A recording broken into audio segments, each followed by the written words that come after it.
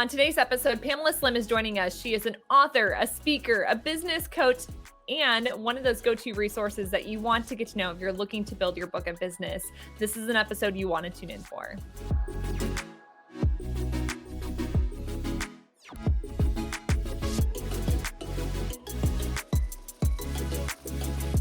Pam, thanks so much for joining us today. Thanks for having me here.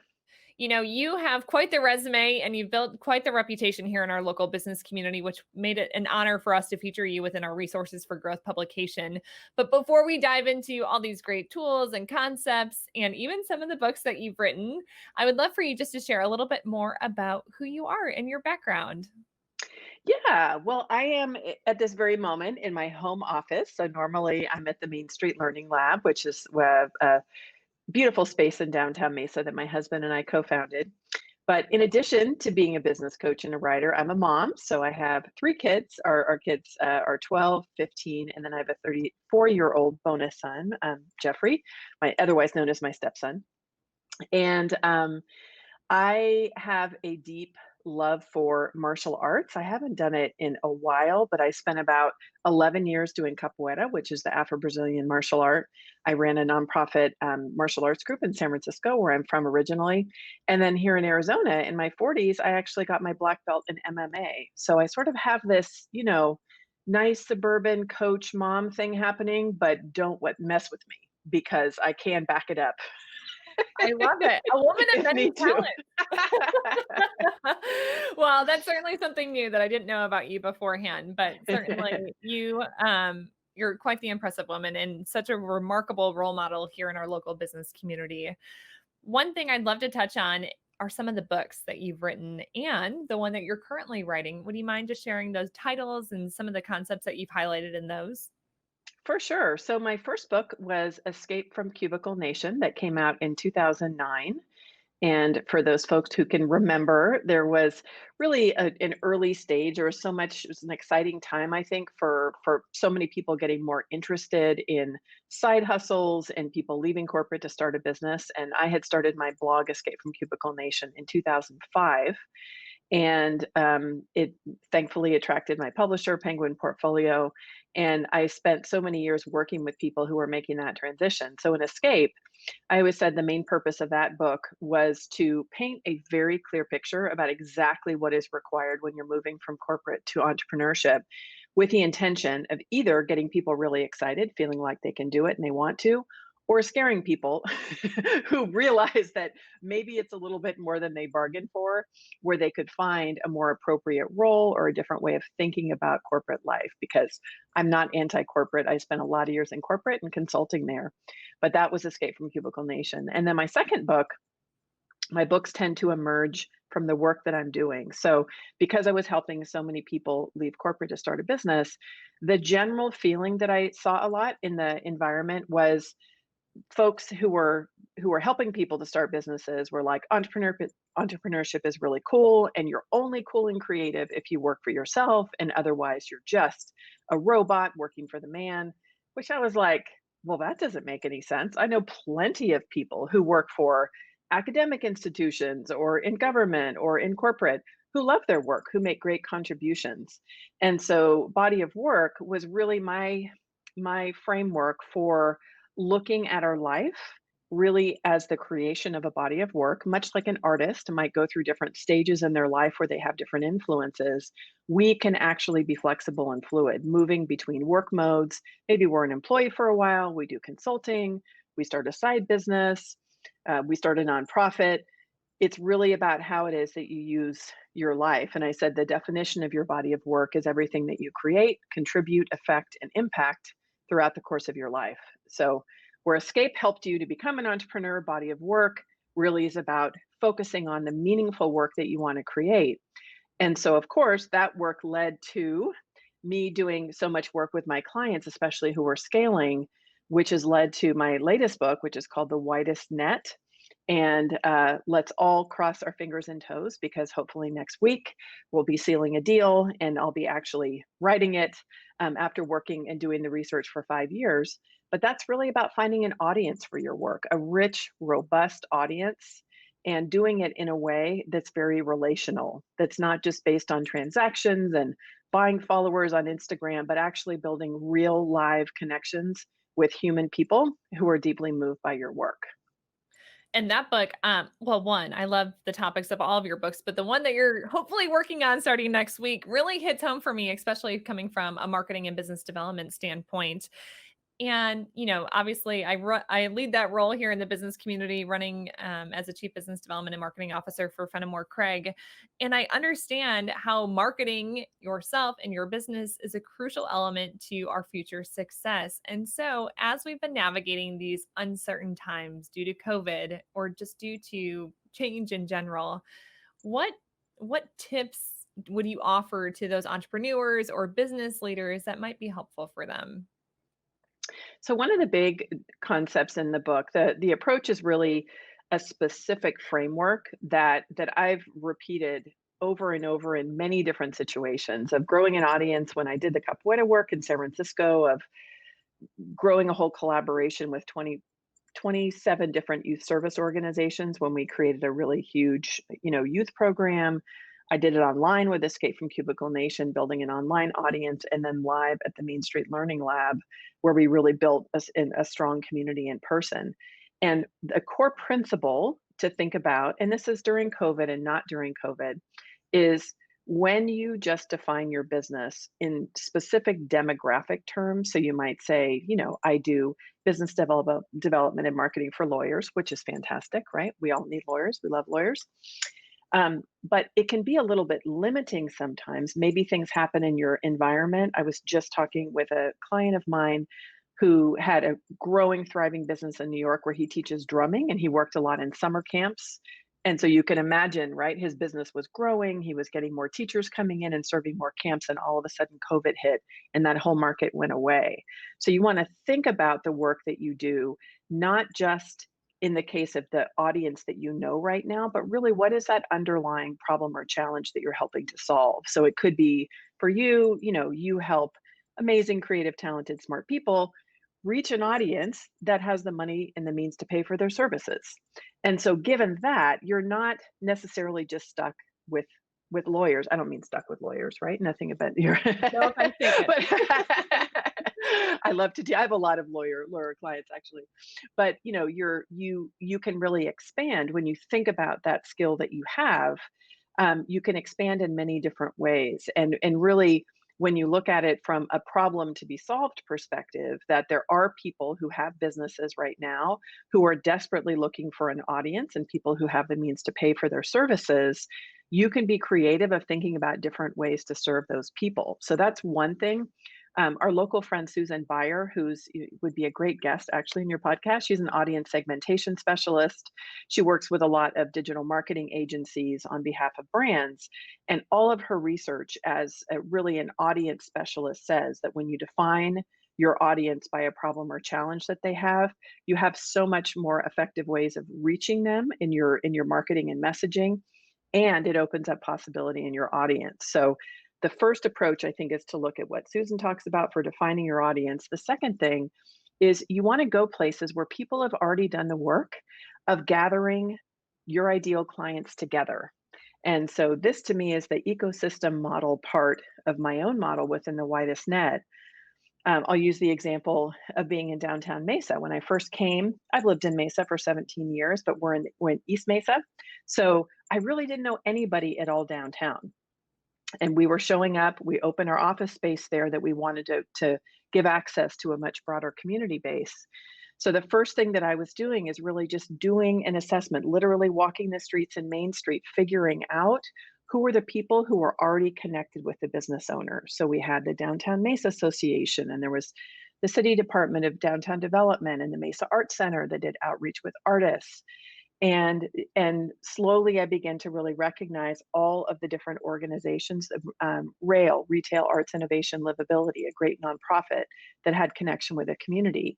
So It's much easier for me as opposed to holding a sign outside my my store saying, "Please come inside," for every individual person, and more connecting one to many with people who already had access to people who I wanted to connect to. So when you think about it that way, a lot of the partnership we're doing, the way that we can support each other, I know we have a shared mission a lot about really strengthening the ecosystem here in our Arizona environment in general, but then particularly probably also within our local communities. There are great things one can do with SEO and with, directing traffic to your site for search, and I love all of that very deeply, but also think about it in partnership with associations, with events that are reaching your ideal audience, with influencers, with podcasts. These are ways you can start to really build a very robust list of connections. And then from that, you begin to take tiny marketing actions, which are little ways that you reach out and make connections. You'd mentioned in our conversation your Main Street Learning Lab. For those that are unfamiliar with it, located there in downtown Mesa, would you mind just sharing a little bit more about what you guys are doing in that space? Sure. So in non-COVID times, the space is really designed to highlight the leadership of entrepreneurs of color that are in the Mesa and surrounding areas. So one of the things that I found in doing my work over time, doing it across the country, is I do work with a lot of diverse entrepreneurs in my day-to-day coaching work.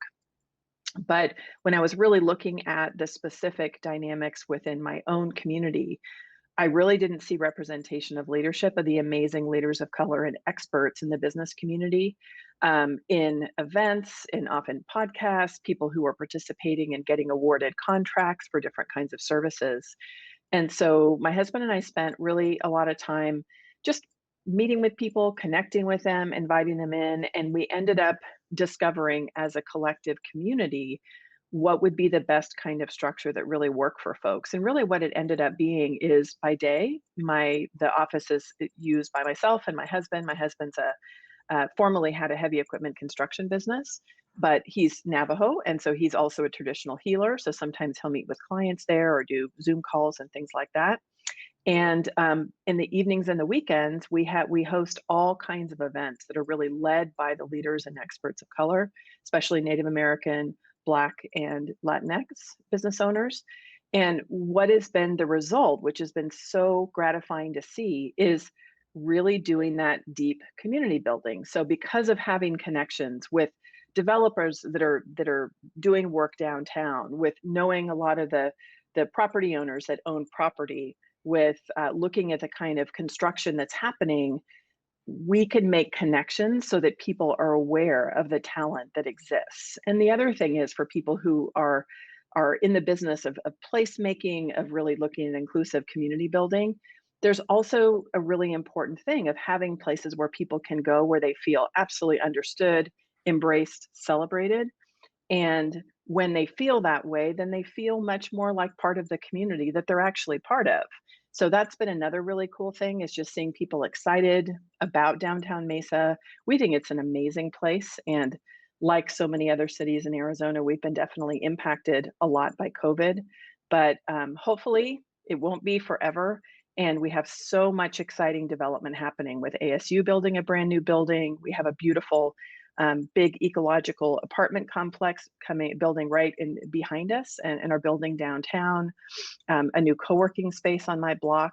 And so we know with this kind of dynamic development, we want to make sure that our full community is really represented in opportunities and also in leadership. So it's just been a very, very rewarding kind of project. And right now, because we can't meet in person, that's really the main purpose that we have. But we still stay connected, really supporting and sharing work that everybody's doing. Main Street Learning Lab is just one of the many hats that you wear here in the business community, but one of the other ones is serving as a coach. So I'm curious, how did you even get into coaching? Yeah, started my small business career in Silicon Valley in 1996. So my last real job was as director of training and development at Barclays Global Investors, a financial services firm. And so when I first went out on my own for the first 10 years, I was really continuing the work that I had done in corporate. I always just worked on the human side of business, doing a lot of growth and scaling in Silicon Valley. If those of you who remember 19 the 19 late mid 1990s. It was a very intoxicating and dynamic time. So it was really fun to be inside companies that were accelerating really rapidly with new technology being developed. And I always helped to, I did a lot of work growing companies during the scaling times of building new hire orientation programs or like management development programs for companies like Charles Schwab or Hewlett Packard, things like that. After we hit 99 and 2000 when the bubble burst, then of course it was doing a lot of reimagining and change management and work like that. um, in that work, I always loved the process of working with individuals and just really seeing transformation happen within organizations. I always really hold that vision very deeply, that every single one of us, no matter our circumstances or situations, can make a positive transformation. So that includes organizations and it includes individuals. And so it was probably about maybe like 2003 or something like that that I just started, reading a little bit more books about personal transformation. I read Finding Your Own North Star by Martha Beck, who was the person I originally trained as a coach with. And I just got really excited about deepening the conversations that I was having with people. And in particular, noticing how many people in a corporate environment were curious about my own journey of leaving corporate to start a business. And so that was the original idea of I got trained as a coach and then I realized I wanted to create that kind of coaching business. And what I never could have anticipated is it just moved far beyond working with individuals. I ended up doing all kinds of work all around the world, speaking and writing books. And it's just been such an energizing and wonderful experience. So, as you've been coaching throughout the years, I'm just curious, specific trends or themes that you've seen on a global level over the years, but then most recently, is there anything that's really standing out in those conversations? Yeah, so one is definitely the core premise of my book is so many people are recognizing that to have a limited view of what their audience is or just to zero in on a particular marketing strategy about a comfortable, well-worn type of audience is actually pretty risky. And so more and more people are recognizing that they need to be much more robust in the way that they're generating their ongoing marketing. Probably the biggest thing I see, and really for companies that are in really early stage, that are even moving into a scaling, is that we don't tend to look at marketing operations the same way maybe that we look at our financial operations. And in some ways, it's because we don't have the IRS, the marketing version of the IRS, making sure that we send out our email campaigns or making sure that we spent time being a guest on podcasts or going to networking events to meet people.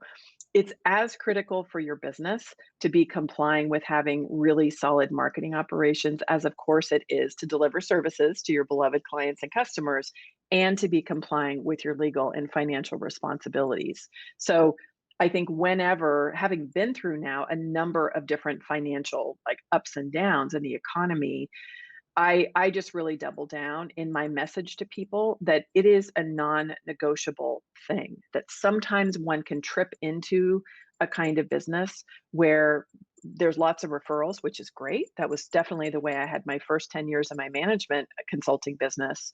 But that really is not enough to ensure that you can weather the storm when it inevitably, unfortunately, will hit, like we're experiencing right now. So that's one thing that I'm very passionate about is just helping to build the competency and awareness, give very specific tools to people to help them really build up their marketing operations so that they just have more strength and stability. So that's one thing. A dimension of audience, which is obviously a huge theme that we've seen in recent months with Black Lives Matter, with just more of an awareness about inclusion and equity, is that for me, and especially being a white woman and being a coach, that it is so critical that within our businesses that we really have an awareness of looking at our entire market, including those communities that maybe we're not naturally connected with, and to develop capacity and competencies to understand issues around equity and inclusion. It's not enough just to, want to hire folks and maybe get a little bit more diverse pool of candidates to come into our business. What's the experience for that person when they come in if nobody who works at your company has any awareness about equity or inclusion. It often is not an environment that many folks of color and many of my clients want to come into. So there's a side of it which is really about learning for those folks like me, that are white, that come from a different cultural background. What are things that are going to make a much more inclusive environment in my company and in my marketing, so that folks will be excited to reach out and work with me. The other thing is really just about opportunity.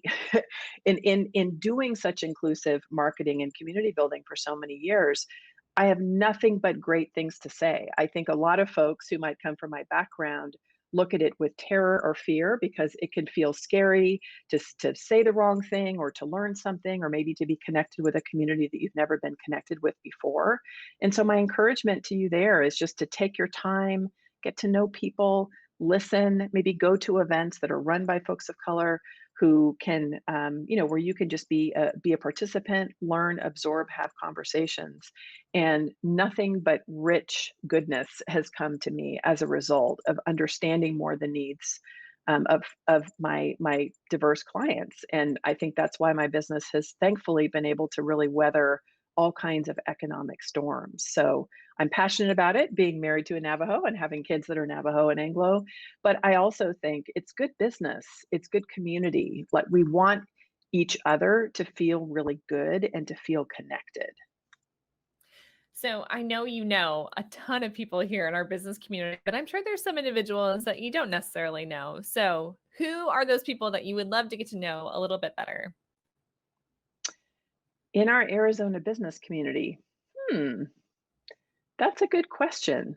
Um, I know in the work that I've done in the East Valley, it's one of those sometimes like you don't know who you don't know. I'm really fascinated to connect with people who have a more of a comprehensive view about doing economic development, who are working in cities, for example, where they're doing collaborations between startup community, between government, between academia, with neighborhoods, and people who might be working in different sectors, especially in a really inclusive way. It's been so wonderful to get to know people like Jenny Poon and Odine, who you know from Cahoots, that are now we're really lucky to have in the Mesa area, that are now doing a lot of work online and may eventually open a co-working space there. But it feels really great to me to be connecting with people who are collaborating in order to be building more inclusive ecosystems within our own regional areas. And with that, I think part of what I know my own growth area is just to also just become familiar with folks who are, might traditionally be ones that hold more power, that have influence in the areas, and to get to know them and to get to know their point of view, and then also to be able to be a conduit to maybe introduce some folks that they may not have in their regular circles. But I know that where my heart is, and definitely where like my heart is in the research for my book, I love to be connecting with people who are very proactively recognizing that we have an interdependent kind of reason to be connecting to each other. And when we do that and we have open minds, it really is to all of our benefit. So for those that have tuned into this podcast episode and they want to further connect with you, what's the best way for them to do that? You can reach out at pamelaslim.com. I do have my social handles there, but you can also look for me on LinkedIn at Pamela Slim. Awesome. Pam, thanks so much for joining us for today's episode. Thanks for having me.